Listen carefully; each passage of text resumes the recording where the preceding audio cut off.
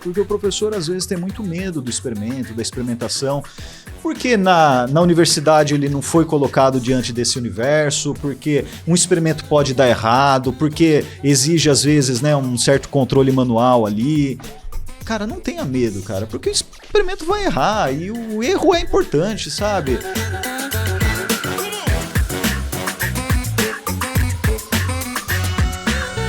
E olha só com quem que eu tô conversando aqui hoje, o pessoal do Ciência em Show. Daniel Ângelos, Gerson Julião, ciência descomplicada e descontraída. Gente, obrigado por vocês terem vindo, hein? Ô, Fernando. É nóis. O Gerson tem um bordão, vai lá, Gerson. Olá, amiguinhos! É ali que olha. Eu tô aqui. Olá, amiguinhos. Pô, Fernando, obrigado pelo convite, cara. Legal Não, pra caramba uma honra tá aqui. receber vocês. Nós somos um grupo, né? Pelo menos o que aparece mais de 3 pessoas. Mas então eu quero aproveitar a oportunidade de falar daquela que está ausente hoje, que é por um motivo nobre, porque está fazendo aniversário. Então, meus parabéns, Ana Halston, que não está com a gente hoje. Ela omitiu essa informação de mim. Ela omitiu? Omitiu, eu não sabia só, que era então, por causa que era aniversário dela. É, não vai ganhar presente. Não vai ganhar Devia ter presente. insistido um Mas pouco, eu falei pra Ana, então vamos fazer o seguinte, então depois você volta sozinha. ó. Tá ela bom, topa, tudo bem. topa, Aí, traz. então ela Tem histórias então ela vai incríveis. vir. Então ela Tem vai vir. histórias Então eu já legais, combinei com ela pra ela vir. Então porque aguardem. Tá faltando do grupo, né? Muito bem. Ô Gerson, já falaram que você parece com o pessoal dos Irmãos Piologo? Já. O carinha bom lá que ficou careca, uma época toda, ele falou que era esse aí. Eu não sei quem é um dos dois, mas já falaram já. Que bom que já falaram, né? Que Falou? Não, nunca Aí falaram eu mandei isso. até a foto pra ele, falou que eu pareço com você. Falou, nossa, cara, coitado de você. A gente encontrou com eles, cara, uma vez. Foi em Brasília, não foi? Foi em Brasília. Um evento, eu nem No lembro que evento que era. Aquele lá do Senai, que todo ano tem a Olimpíada. E aí, falei, caramba, os caras ali.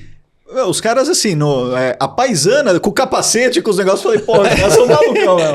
Da hora. Mas é que aí você reconhece mesmo, né? Porque Pai, se o cara conheci. tirar, você não porque reconhece. fica muito né? frisado, é verdade. Agora, o Gerson também, antigamente confundiam ele muito com o Eric Johnson. Eric Johnson? Eric Johnson, lembra? É o Não. ator da Globo, não sabe? Isso, Cara, novela. é que eu não sei o nome das pessoas, entendeu? Então às vezes o pessoal que tem chega uma É um assim... que tem a aqui, assim, pinta, ó. aquele ator que tem uma pinta grandona aqui no rosto. Pô, não acredito, Fernando. você Ah, lembra? é verdade, Eric é Johnson, verdade, você é acredita? Não tem nada a verdade. ver, mas tô no... Ainda bem que você falou da pinta, verdade, Tá vendo? super. E também falo que eu pareço com o John Trujillo, alguma coisa assim do Transformers.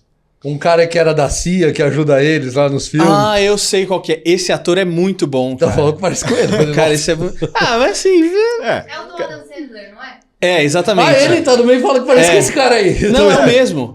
É o mesmo ator. do Mr. Deeds. É do Herança de Mr. Deeds, Ah. que tem o mordomo. Sim, É sim. o mesmo cara que fez o do então Transformers. É o mesmo cara. O seu talento Como? é ser parecido. John É esse, Turturro. John Turturro.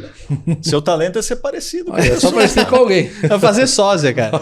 Agora deixa eu perguntar o seguinte: quando vocês estavam na escola, assim como eu, vocês também odiavam matemática, química, física ou não? Vocês adoravam? Não, primeiro você estudou que escola? Porque você deve ser chique. Não sou chique não, pior que não. Qual que é a escola, então? Vamos ver. Cara, eu estudei. A primeira escola que eu estudei foi no Colégio Batista, ali em Perdizes. Aí, ó, já é chique. Não, mas aí calma. Aí, Tá. Isso foi até a terceira série. Depois eu estudei no Colégio Centenário, Olha aí. ali na Casa Verde. Tá. E depois eu estudei no Colégio Brasleme, ali na Nova dos Portugueses. Ah, então aí, ó. Você é tudo chique. Nem pergunte onde eu estudei. Você... Mas aí, responde aí, Gerson. Você odiava química, física, matemática? Eu não odiava porque eu nem sabia pra odiar. Eu não sabia nada. Eu falei, nem vou odiar porque não sei de nada. Não sabia nem assinar o nome. Essa pergunta é muito pessoal, né? Cada um tem uma relação com a Com a escola, escola, e exatamente. com as disciplinas, cara. Eu, no meu caso, eu sempre gostei, viu?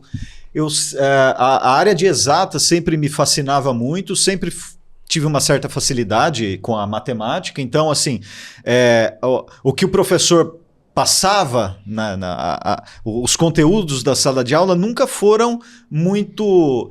nunca me deixaram, assim...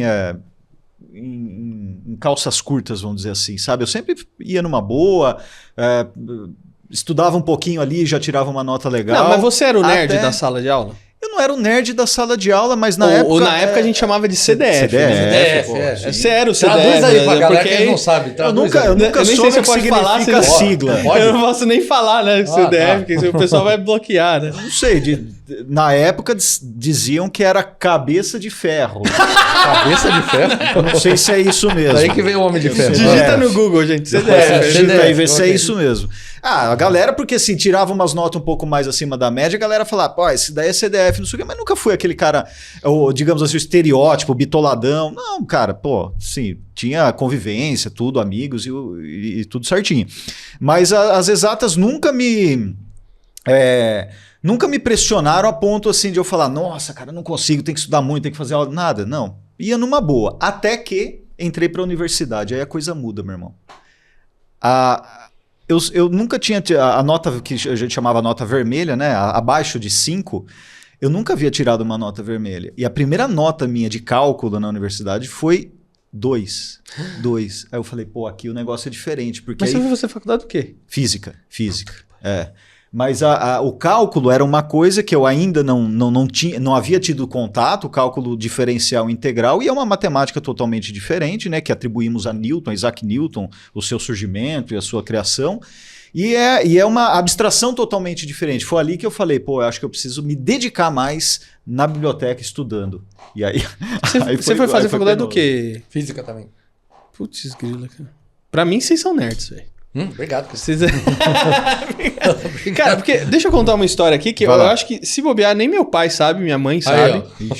Que foi o seguinte, na 5ª série ou na 6ª série, e assim, nesse período é um pouco mais difícil, né, a escola, porque você tá acostumado ali com um jeito que você tinha uma professora só ensinando todas as matérias, Sim. né, e aí você vai para um ambiente onde cada aula você tem um professor diferente, né, então muda um pouco a dinâmica e tal.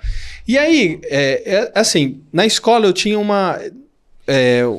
um defeito e uma qualidade, que era o seguinte, se eu prestasse atenção na aula, eu não precisava estudar para a prova. Prestava atenção, beleza. Só que eu tinha um problema. Tô prestando atenção na aula. Aí o professor falou um negócio que, nossa, que legal isso aí. Aí eu começo a viajar naquilo que o professor falou, e aí a minha mente ia assim pra estratosfera. Viajando naquilo, porque um negócio que ele falou puxava para outro, Sim. e aí de repente o professor tava falando da história do café no Brasil, eu terminava pensando sei lá, no anel de Saturno que é azul, sei lá, entendeu? Aí viajava. Quando eu voltava, eu falei, não, pera, deixa eu voltar pra aula. Ele já tinha, por exemplo, ele tava no começo da lousa, ele já tava no final da lousa quando eu voltava. E aí eu falava, bom, agora não dá mais pra prestar atenção, ferrou. Aí ele perguntava, pode apagar? Você não. Isso, exatamente. Então, isso era a minha cabeça, né? Então, eu tinha que... Aí eu falei, putz, agora eu vou ter que estudar pra caramba.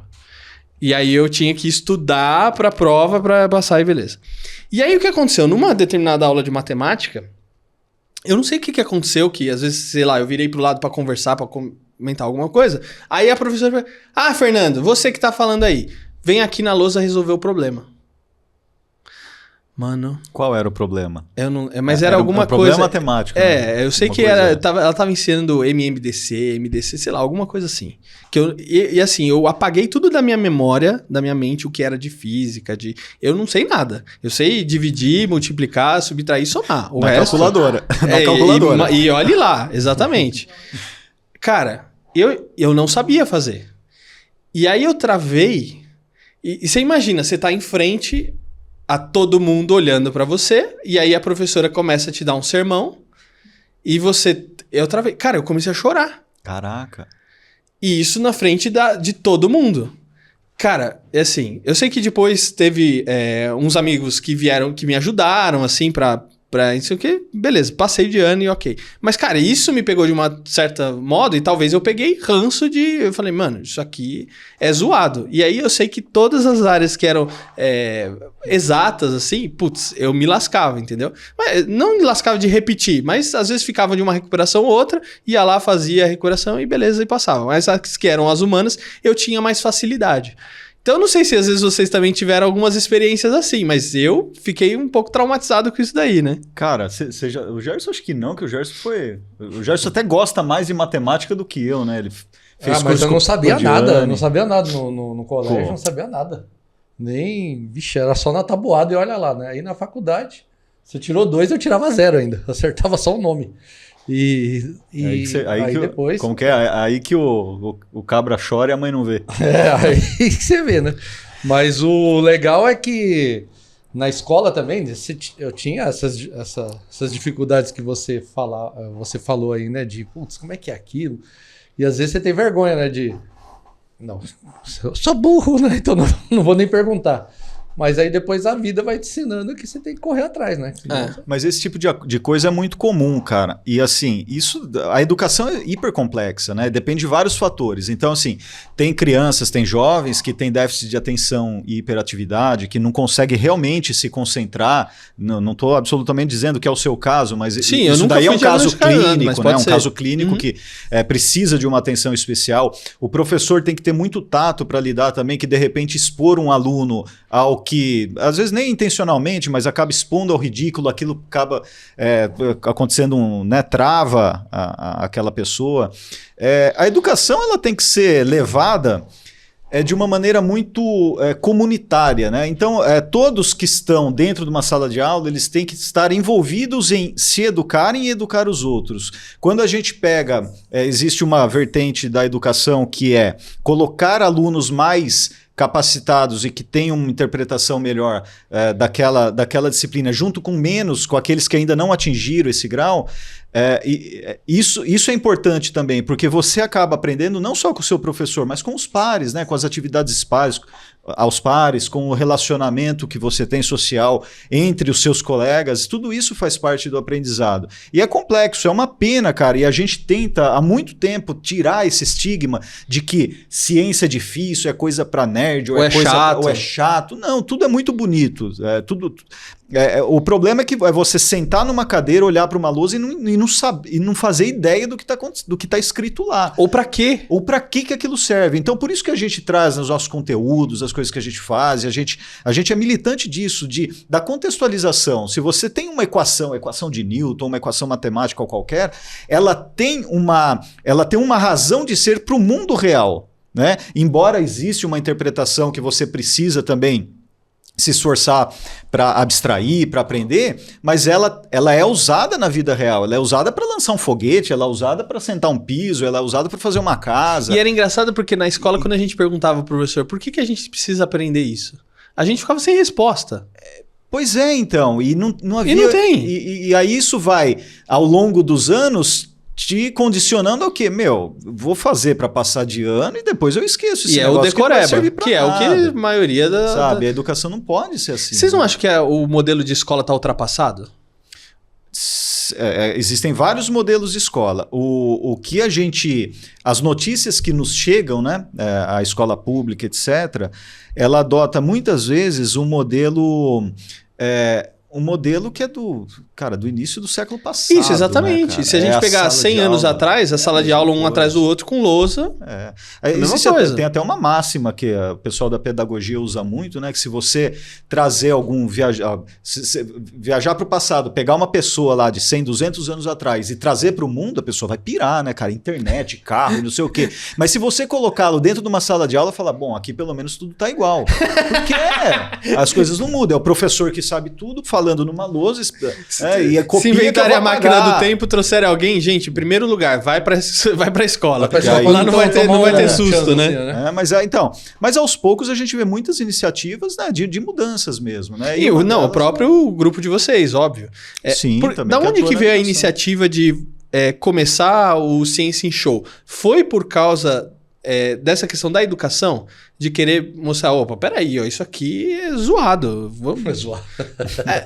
Não tem outra palavra. Gente, não dá, porque assim, quando você vê o que vocês fazem, nossa, que legal, dá vontade de querer aprender. Dá vontade de querer fazer o que vocês estão fazendo. Quando você vai lá numa lousa, então, gente, olha lá, vê igual, não sei o quê, você fala, mano, não dá. É zoado. Não, é chato, né? Agora, tudo começou assim, porque lá somos físicos, né? Eu comecei em 94, se eu não me engano. E aí lá tem o show de física, né?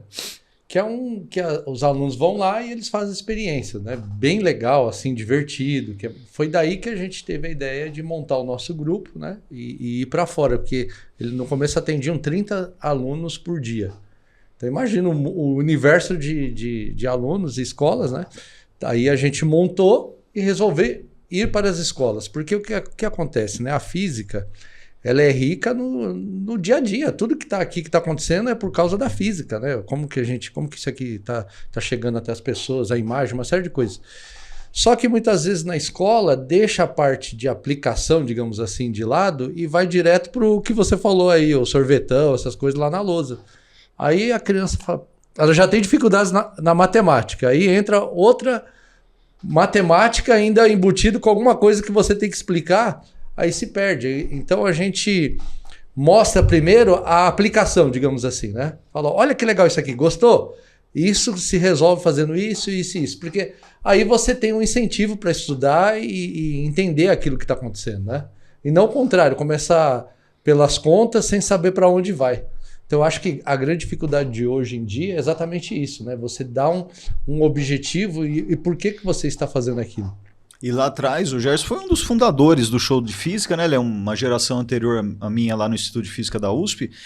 E, cara, o show de física era uma coisa que a gente como estudante lá, tem um show de física aí, vamos ver como que é, vamos. Cara, você parava lá, você ficava uma hora fascinado, cara, sabe? Com as coisas que estavam sendo mostradas lá, falava, caramba, e olha que assim, ele, as pessoas, os alunos, os estudantes lá, eram pessoas da física, pessoas gostavam e mesmo assim se espantavam. Então, esse clique, a gente falou assim, cara, esse clique que deu na gente, essa coisa tão gostosa, tão legal do conhecimento, a gente tem que tentar expandir o máximo que a gente puder, tem que tirar da universidade, tem que rodar os lugares, e foi meio que assim que nasceu, né? Então a gente, como um empreendedorismo nosso da época, lógico que a gente estava fazendo aquilo também para se manter, para ganhar dinheiro, mas havia uma paixão naquilo, cara, porque assim, é um impacto tão grande, você vê, sabe, raios pelo ar, você vê o nitrogênio líquido fazendo aquelas coisas maravilhosas com baixas temperaturas, que você fala, cara, as pessoas vão amar isso, e de fato, acho que assim, em certa medida, amam mesmo, né? Tudo que a gente mostra, as curiosidades que a gente mostra na TV, etc., ou mesmo ao vivo, as pessoas realmente se encantam, né? E é muito gostoso. Vocês acham que essa parte de físicos fazendo cálculos, ou cálculos matemáticos, enfim, isso não vai acabar por causa da inteligência artificial? Porque, por exemplo, hoje você vai fazer um cálculo, você não vai pegar o papel, dificilmente, os caras vão pegar a calculadora, né? E vai fazer um monte de coisa ali. E hoje, por exemplo, a gente está discutindo inteligência artificial fazendo artes, escrevendo textos, ou já construindo prédios, plataformas prontas e tal. Será que para o físico, para o químico, para o matemático, isso também não vai... Não, eu acho que isso não vai terminar porque a inteligência artificial ela vai acelerar o processo da conta. Mas alguém precisa armar essa equação para resolver, né? Então, você tem um problema aqui, eu vou precisar... eu preciso equacionar isso. E a inteligência artificial, pelo menos pelo que eu conheço e até onde vai, ela não vai pegar aqui, eu preciso fazer uma equação que eu quero esse copo indo mais para cá, não sei o quê. Ainda não, isso precisa da nossa inteligência para montar essa equação, né? Fazer esse cálculo. Aí sim, aí você joga lá e ele fica rodando e fazendo os ensaios para colocar o cálculo, né? Por isso que tem os supercomputadores. Fala, hoje eu preciso fazer um cálculo. Antigamente você precisaria de 10 anos para fazer um cálculo, hoje você já faz em 1 hora, né? Então é isso que ela vai acelerar, mas alguém vai precisar fazer isso na unha e colocar lá para calcular.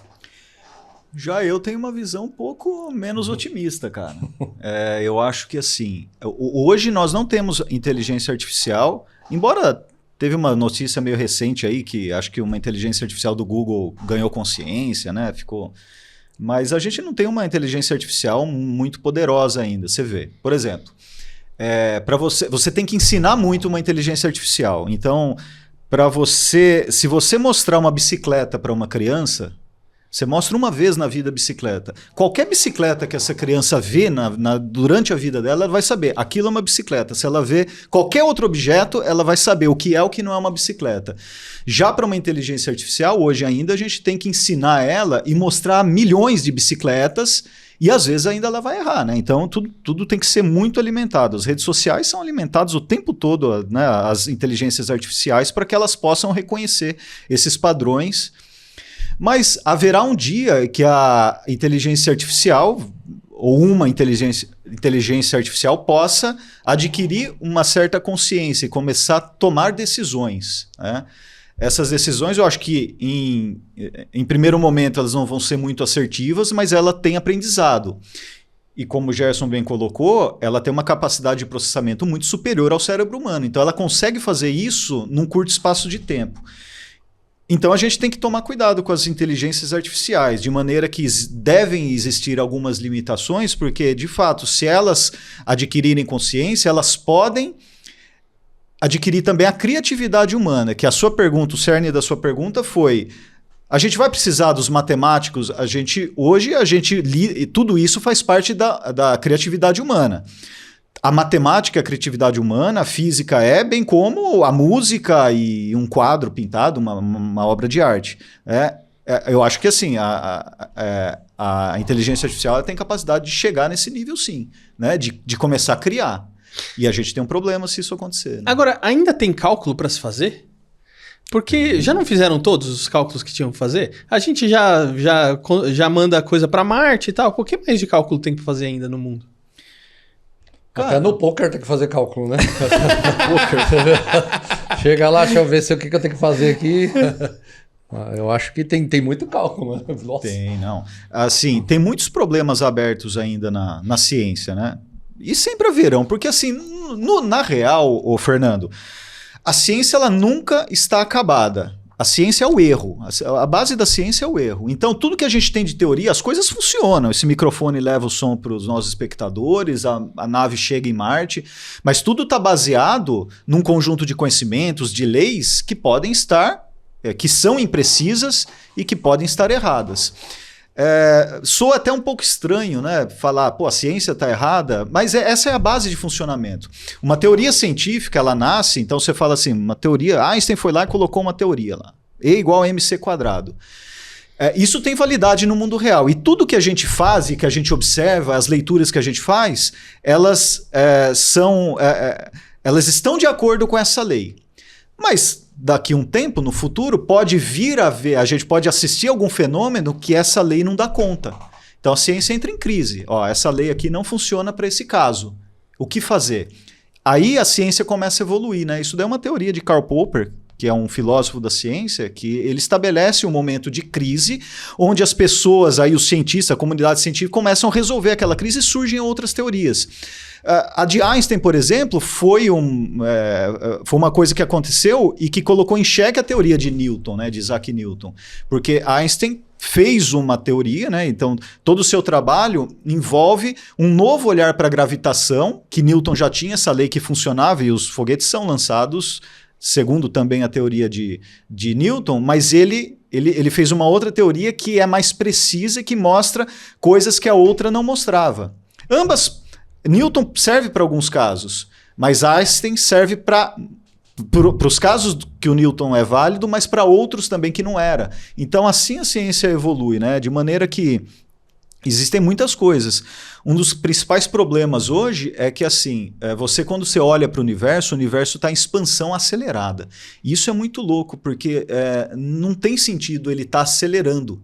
Mas ele está acelerando e ninguém sabe por quê. É o que você já deve ter ouvido sobre a energia escura, a matéria escura, que, assim, é 90% do que existe, até mais de 90% do que existe no universo, para as contas funcionarem, para dar conta de um universo de expansão, mas ninguém nunca viu, ninguém sabe como que é, e tudo que existe são teorias, né?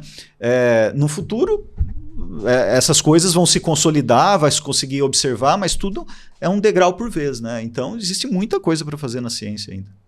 Agora, vocês devem ouvir muitos feedbacks aí bacanas quando vocês estão fazendo uma apresentação, ensinando, alguma coisa assim, porque justamente vocês levam um jeito diferente para o pessoal aprender. Quais feedbacks legais vocês já receberam quando vocês estão fazendo ou alguma apresentação, ou numa escola, enfim, o que vocês podem compartilhar de bacana? Uma vez a menina falou que eu era lindo, não sei se tem a ver. Aqui eu acho que quando você sobe no palco, você fica lindo. Aí você dá feedback? Eu acho um feedback.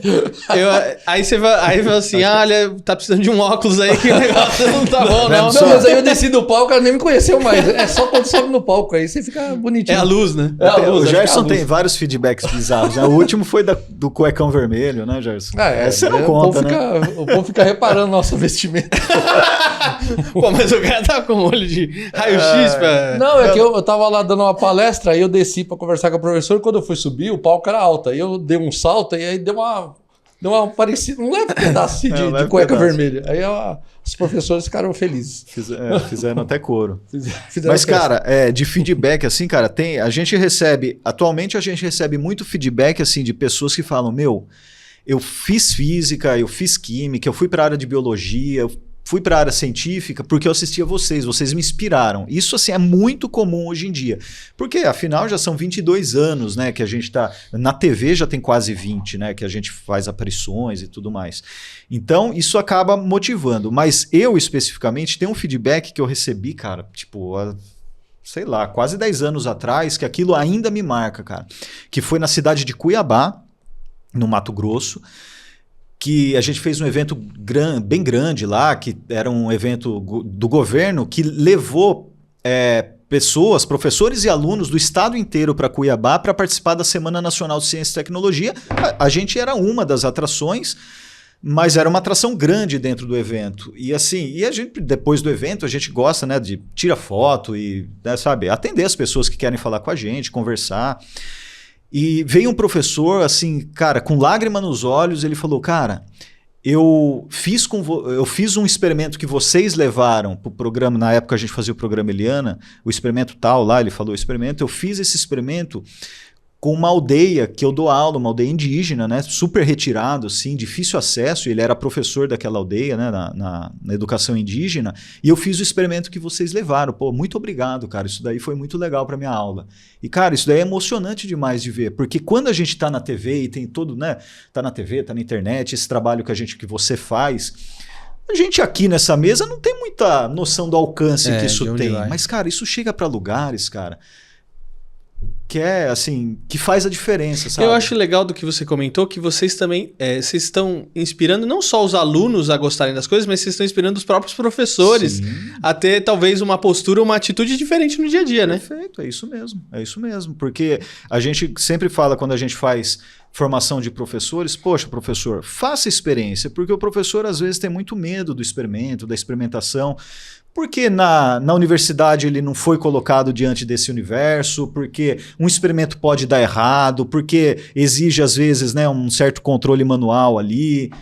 Cara, não tenha medo, cara, porque o experimento vai errar e o erro é importante, sabe? E tem coisas dentro de uma sala de aula que é só fazendo, só experimentação que pode dar.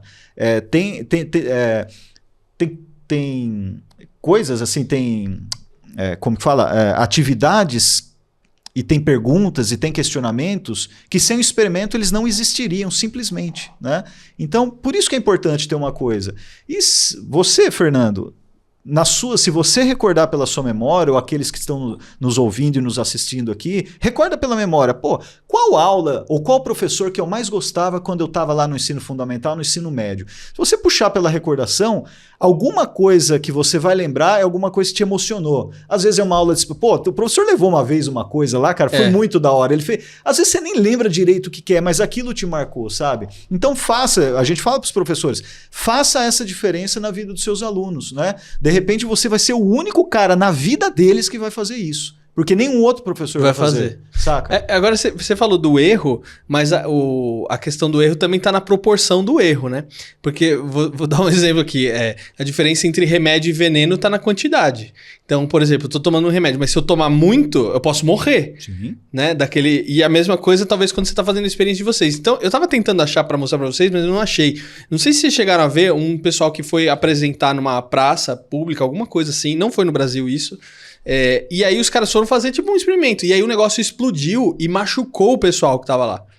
Caramba. E aí deu uma merda, assim, absurda, assim, né? Então, eu tô querendo trazer essa coisa do erro, né? Porque aí também depende da proporção. Então, por exemplo, você vai usar lá, sei lá, vai queimar fósforo.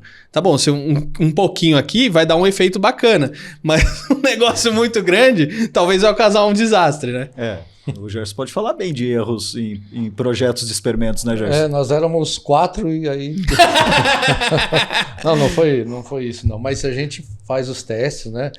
A gente não leva nada para o público que não seja testado, né? Que tem se tiver algum perigo que a gente saiba, olha, uma certa distância, tudo, porque Você não quer exatamente, porque isso já não é erro. Isso aí você esqueceu algum protocolo e acabou acontecendo esse acidente. Agora, se você fizer certinho, por exemplo, alguém falar para você assim, olha, a matemática está dizendo que você pode pular de um prédio de 10 andares que não vai acontecer nada. Pode pular.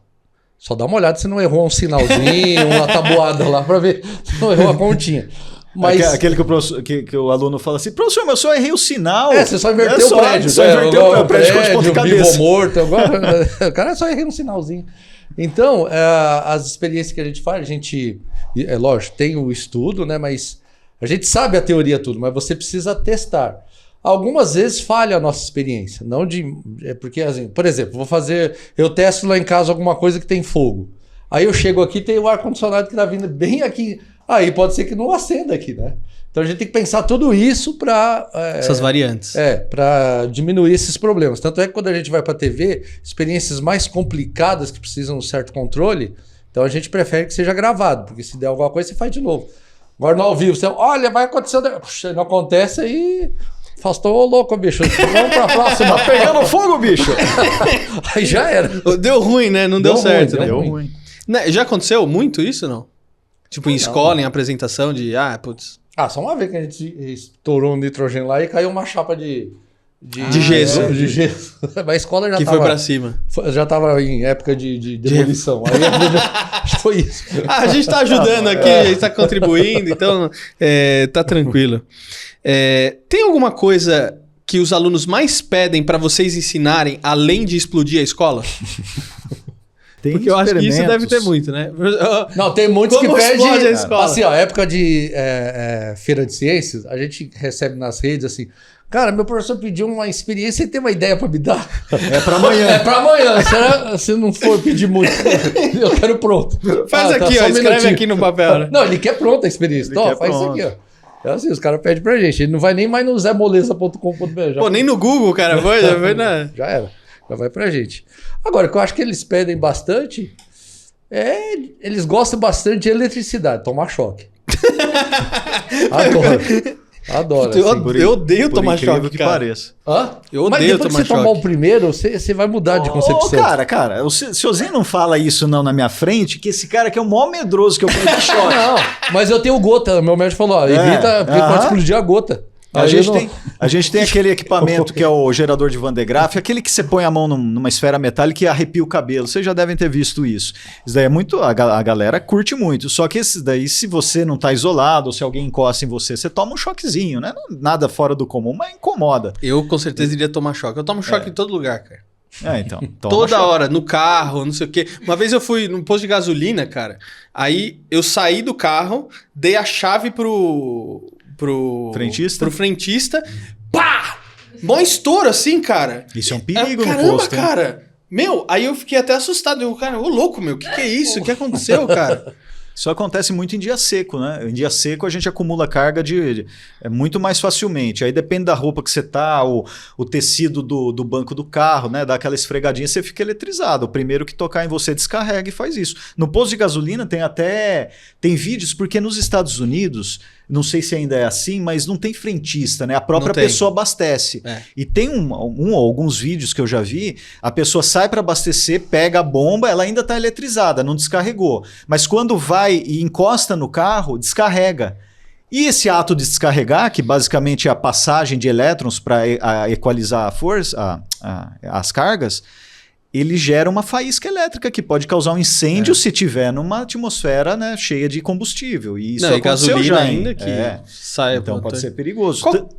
Pode falar. Não, tanto que os caminhões, né, caminhões-tanques, eles têm um sistema de aterramento. Você vê um andando pela rua e você vê. Ele tem como se fosse um cabo que vai encostando no chão mesmo. E quando ele vai abastecer no posto, a primeira coisa que ele faz é conectar aquele cabo no aterramento para garantir que não tenha nenhuma faísca lá, né, proveniente de cargas elétricas. Qual que é o choque mais perigoso, 110 ou 220? Cara, o choque, na verdade, o 220 é mais perigoso para manipular, porque é uma tensão maior. Mas o que causa problemas numa pessoa, né, algum problema que pode ocasionar uma lesão, uma morte, não é exatamente a tensão elétrica, que é o 110, 220, mas sim a corrente elétrica que passa pelo seu corpo. Né? Corrente elétrica é aquela que é medida em amperes. Quando você vai comprar o disjuntor, você vê lá o disjuntor na sua casa, ele está lá 16 amperes, 40 amperes, 100 amperes, sei lá, depende de onde você está colocando. Não é a tensão que mata. Se 1 ampere passar pelo seu corpo, você vira um cara queimado ali, um tiquinitos, né? Um tiquinitos de sabor 1 ampere já é muito assim. Um chuveiro trabalha com 10, 15 amperes, 30 amperes, né? Mas tá lá, então quanto menos passando, é pior, é isso? Não. Quanto mais passar por você é pior. Mas o que eu estou dizendo é assim, a sua casa tem... A casa, um chuveiro de casa, uma geladeira, ela tem potência para colocar muita corrente elétrica no sistema. Tanto que um chuveiro opera lá em 30 amperes. Agora, se apenas 1 ampere passar pelo seu corpo, você morre, você vira um carvão, sabe? Porque é muita coisa 1 ampere para o ser humano, né? Então, se você pegar em 220, você vai morrer? Você pode morrer ou pode não morrer. Se as condições ambientais, locais e do seu próprio corpo forem suficientes para promover uma alta corrente dentro do seu corpo, você pode morrer, pode ter uma parada cardíaca, você tem espasmos musculares. Se você pegar, né, se for uma situação de toque num fio e der um espasmo muscular, a própria eletricidade vai fechar seu músculo, você não consegue soltar daquilo. Cara, ou seja, eu sou meio nóia, né? Eu vou ter que pôr luva depois de ouvir isso. Né? Vou andar com luva em todo lugar para não pegar choque. Não, lidar com eletricidade... Chama eletricista, cara. Não é bom fazer isso em casa. Não. Eletricista, que senão você pode. Tipo chuveiro dando choque, sabe? Às vezes com problema de aterramento, né? Vai ligar e dá aqueles choquinhos assim, né? Tinha uma experiência que eu fazia quando eu era criança, que era a bombinha do Kinder Ovo. Que, não sei se vocês já... sabe o Kinder Ovo que tem aquela bolinha laranja, né? Dentro. Sim. Beleza. Aí o que a gente fazia? A gente pegava aquilo lá, colocava vinagre e fermento. Aí a gente pegava isso aí, chacoalhava e jogava assim. Aí, pô! Isso é boa, não é? Isso é bom, parabéns. Fazer um bolinho. Pensei que você colocava no bolso de trás do cara. Aí você mandando... Toma uma lembrancinha. É que a gente não conseguia levar na escola, né? Que a gente, imagina, pôr vinagre, fermento na escola, não sei o que, pra levar. Tinha que fazer. Tinha que ter que misturar na hora, que senão não dá, né? Explode a mochila. Explode a mochila. Já existem mecanismos pra você fazer isso sem precisar misturar na hora. Então isso já faz isso é uma pequena explosão, mas inofensiva, né? Que a gente faz isso, né, Gerson? Parecida com essa, vai né? Com um cheiro de vinagre só, mas não pega nada. Eu vi umas experiências quando você era... eu punha fogo na terra. Fogo na terra? Como assim? Eu punha álcool na terra assim e punha fogo assim. Deixa eu ver o que acontece. Experimentação, né? Eu também fazia. Eu vejo meus filhos hoje também, eles, cara, muito curiosos, eles querem tudo que quer testar, né? Pô, deixa testar, dentro do limite da segurança, deixa testar, isso é importante. O bicarbonato, o fermento que você usava, que era o fermento químico, ele é a base de bicarbonato de sódio, né? Então, junto com o vinagre ou com uma substância ácida, ele libera gás carbônico, aumenta a pressão, então por isso que ele explode. A gente faz um pouco... Isso daí, ó, então vamos lá. Uma experiência pra galera aí que quer fazer essa experiência da bombinha, que é inofensiva, você pode colocar o bicarbonato de sódio ou o fermento, né, químico dentro de uma trouxinha de papel higiênico, você faz assim bem, e você põe na garrafinha lá, ou nesse potezinho do Kinder Ovo, e coloca o vinagre embaixo, de maneira que um não esteja tocando no outro, né? Você dá um jeito de prender lá e faz assim. Quando você sacudir ou jogar, o que vai acontecer? O vinagre vai dissolver lá o papel higiênico, que está prendendo lá o bicarbonato, e aquilo lá tudo vai se misturar, então você consegue jogar e ela explodir longe de você. Dá um tempo até criar o gás. Você faz uma bombinha relógio, mas é inofensivo porque, assim, o Kinder Ovo vai só dar uma explosãozinha, um barulho, né? Uma pergunta mais filosófica. Qual que é a importância do Ciência em Show pro mundo? Cara, total. Nossa, o mundo deveria reconhecer a gente. Mais que a DC e a Marvel. A gente... É isso. Mas ainda vai chegar lá, calma. A gente tá esperando. Aguarde. Mas a importância é que a gente consegue mostrar a ciência de 0 a 100 anos, né? Que todo mundo consiga entender e gostar. Essa que é a importância. É que a gente faz uma parte de disparador. A gente não substitui o professor. Mas aí o olho da criança brilha e aí ela vai... Professor, como que é aquilo lá que eles fizeram? Vai encher o saco do professor. Mas aí ele já tem um engajamento que ela está pronta para ele explicar o conceito, né? Fazer as contas, tudo. É isso que a gente faz. Que aí facilita a vida do professor. Qual que é o sonho de vocês com relação à escola que não acontece hoje, mas que vocês gostariam que acontecesse no futuro? Putz, será que é a merenda? Porque quando Tem um churrasquinho. tem um negócio, um chocolatinho. Um rodízio na merenda. Assim, né? Bom, eu acho que a escola deveria ter, assim... A escola, muitas vezes a pessoa fala assim que o remédio, se é ruim, é bom. Não sei se você já escutou isso. A minha mãe falava, se é ruim, é bom. E a gente... É verdade. Se o remédio tem gosto ruim, ele bom. Ele funciona. Ele é bom, né? E muitas vezes a gente confunde isso com a escola. Se a escola é porque é boa, se a aula, o professor é ruim, uma série de coisas. Não, eu acho que tem que ter alegria na escola. Né? Tem até um livro, Alegria na Escola.